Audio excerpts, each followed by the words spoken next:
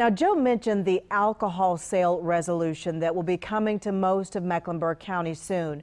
With that and the mask mandate and the capacity rules already in place, many businesses are really feeling the weight of all of these restrictions.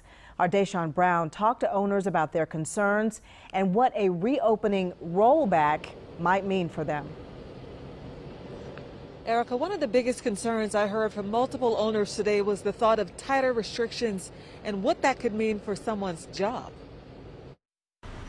On the brink of Friday night in Charlotte's Noda neighborhood, there are signs of life among its shops, restaurants, but with that comes a menu of all the rules to stay open, like mask, physical distance, or only serving half the crowd. It's tough to ask restaurants to be policing that, so just the more guidance we can get on what those best practices are and the more kind of instruction.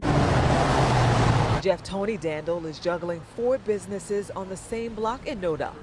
2 of them, he's paused reopening. It really is hard to make money even at those peak times. Haberdish, we have those big barn doors. It's open and airy over there, and we're able to kind of consolidate over there and do really well. Crepe Cellar is just it's a little more quaint and romantic, and it's just tough to fit a lot of tables in there and make it a profitable thing. By next week, Mecklenburg County may add another restriction to the list, banning alcohol sales in restaurants after 10 o'clock at night as part of an effort to break up crowds like this one, spotted among the city's nightlife.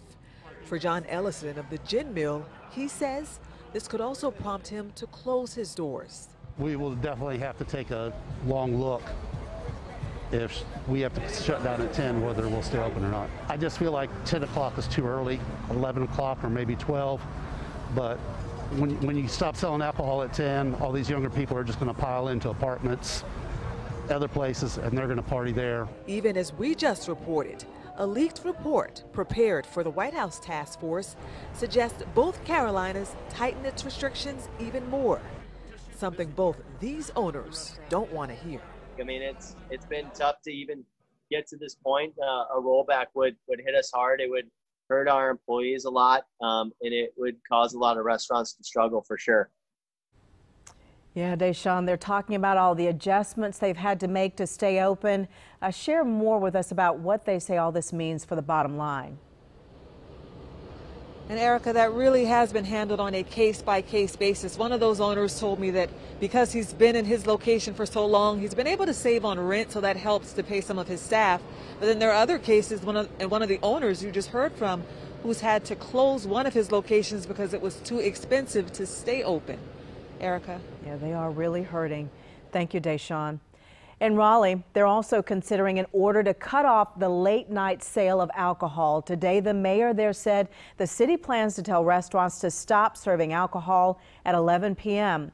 The city plans to implement that order next week.